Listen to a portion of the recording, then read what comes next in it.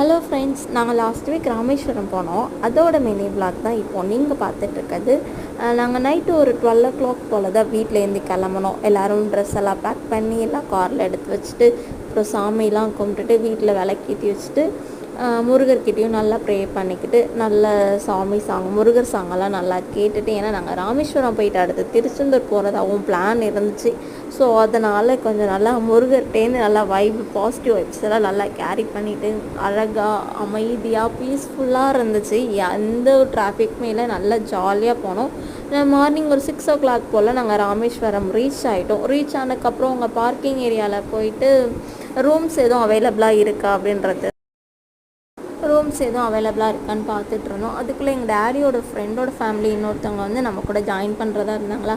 சரி, ரூம் எடுத்துகிட்டு அவங்களுக்காக அங்கே போய் வெயிட் பண்ணிகிட்டு இருந்தோம். அவங்களும் வந்துட்டாங்க. வந்ததுக்கப்புறம் எல்லோரும் ஒன்றா சேர்ந்து ஜாலியாக ராமேஸ்வரம் பீச்சில் குளிக்கிறதுக்கு போயிட்டு இருந்தோம்.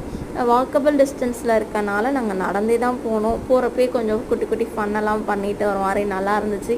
அங்கே போனதுக்கப்புறம் நிறைய பேர் எங்களை மாதிரி வந்து குளிக்கலாம் போயிருந்தாங்க. நாங்களும் போய் குளிக்க போனோம். காலையிலேன்றப்போ ரொம்ப சில்லுன்னு இருந்துச்சு. சரின்ட்டு குளிக்கலான்னு சொல்லிட்டு 3 டைம் முங்கி எழணும் அப்படின்னு சொல்லியிருந்தாங்க. அதையும் நாங்கள் பண்ணிவிட்டு சூரிய பகவான் வந்தாரா, அவர்கிட்டையும் நல்லா ப்ரேயரெல்லாம் பண்ணிவிட்டு அங்கேருந்து கொஞ்சம் கொஞ்சமாக கிளம்ப ஆரம்பித்தோம். பார்த்தா அந்த சைடில் வந்து நிறைய வந்து திதியெல்லாம் கொடுத்துட்டு இருந்தாங்க. அதெல்லாம் நாங்கள் கொஞ்சம் வேடிக்கை பார்த்துட்டு இருந்தோம்.